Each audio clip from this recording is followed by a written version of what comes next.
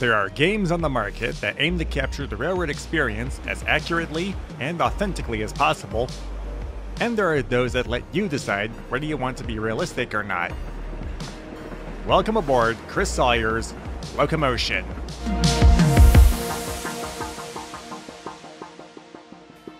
If the name Chris Sawyer sounds familiar, he's the guy behind the early Roller Coaster Tycoon franchise, and has a legacy of gaming development going as far back as the days of MS-DOS. In fact, this exact game is built upon a slightly modified game engine as Roller Coaster Tycoon 2, and is a spiritual successor of one of Chris's first endeavors, Transport Tycoon. That means the game mechanics revolve around these isometric views, and watching the trains, streetcars, buses, trucks, airplanes, and ships moving along as 2D sprites. If you're at all nostalgic for the RCT games, this game's for you. The mechanics are easy to get the hang of, and there's not much limitation to how in-depth you can set up your system. If you want to set up a route with prototypical track work and signaling, you can. If you want to set up a 10-track mainline that just carries chemicals from the plant to the factory, that's barely a full train length apart, you can. The more complex it gets though, the closer you'll have to watch things in case something breaks, which will start to add up after a while.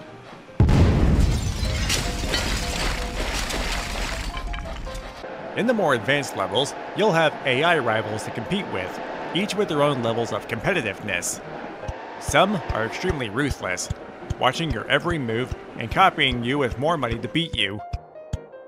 Others take their sweet time with building their empires, depending on their level of ambition, and end up not amounting to much.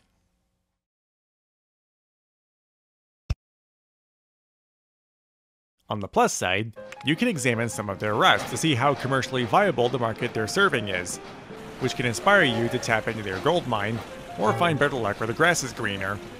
This game is excellent for keeping you on your toes to watch for ever-changing things in the world, and also gives an insight about how the industries complement each other. Players can learn so much about how the world works by seeing how the commodities move between industries. The soundtrack is so deeply mesmerizing. There are 30 songs in all, changing depending on what year you're playing in. Some of them start to repeat if you're in a certain year, but there is an option to turn off the era syncing and just go with whatever's on the playlist. With all this added up, Locomotion can be very addicting. It's easy to sit here for an hour or two playing through the various levels, all of which have their own quirks and charm to them.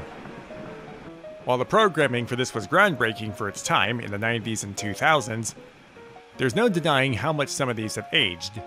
For one, although the game works fine for me on 64-bit Windows 10, the occasional glitch can still cause the game to crash unexpectedly, so save frequently.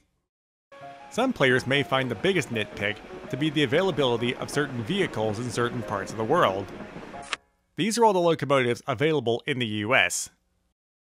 The Special 242, which we normally call the Columbian, the Baldwin 280, normally called the Consolidation, followed by a Pacific, an E8, an Alco Sentry, a GE-7, and an AMD SD70. That's it. 3 steam engines, 4 diesels, and no electrics, whereas the UK and Switzerland have an abundance of motive power. It's not detrimental to the game, but feels more like a missed opportunity. Happily though, these gaps have been fulfilled by the third-party community, which we'll get to later. It also helps to go into this with an open mind, without any prior knowledge about the industry. Passenger service between small towns aren't really profitable, and are only viable in large metropolises, which you would only find in fictional maps. You'll really notice that in the real-world scenarios that model the US, UK, and Switzerland. Recreating your favorite railroad companies or named trains here isn't really recommended following this game's logic. Just go wherever the money's at. Now, something amusing that I spotted with this, in the real world, at least over here in the US, carrying mail was the backbone of much of the US's passenger service for over half a century. Then, as trucking and air gained superiority in the 1950s and 60s, trains' mail contracts were terminated, which would eventually lead to the end of passenger service as a whole. Does that happen here? Nope.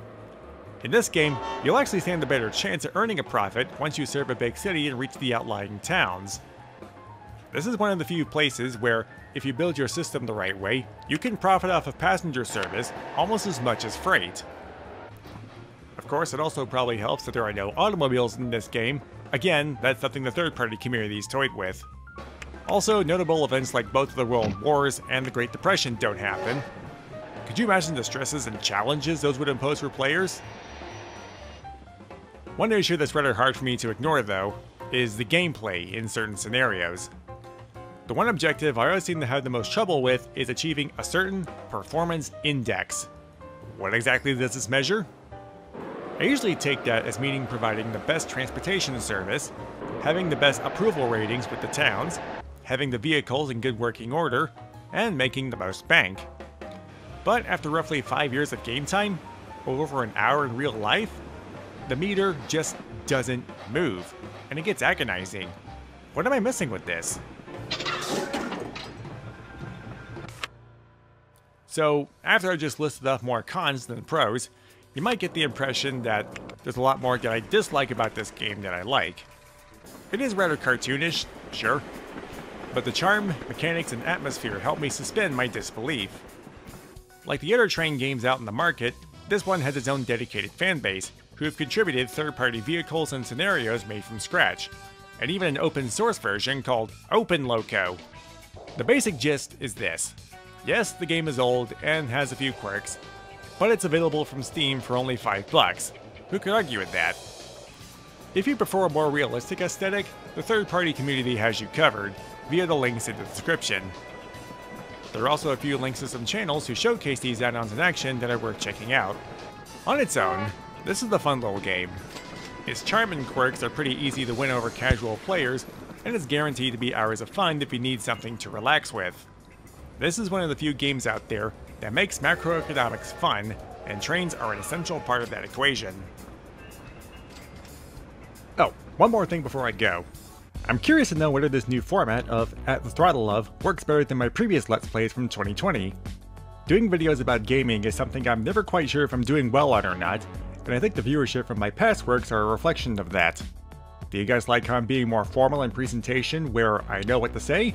Or do you prefer seeing the action in real time with NerdCube style editing for a more visceral experience? Which is better? It can go either way for me. You can voice your preference down in the comments. As for the future possibilities of this series, there is no shortage of material, so I won't be asking for much in terms of requests. If I do need to do requests, I will ask for them. There's tons of DLC out there for trains and railworks, and there are also standalone games out there like Open Rails, Transport Fever 2, Rolling Line, and Railroads Online that I might delve into when conditions are right. These videos won't appear as often as the editorials or the short stories, but gaming with trains is something that I do partake in, even when it's not creating videos for the channel. Either way, you can expect more of these gaming videos in the near future.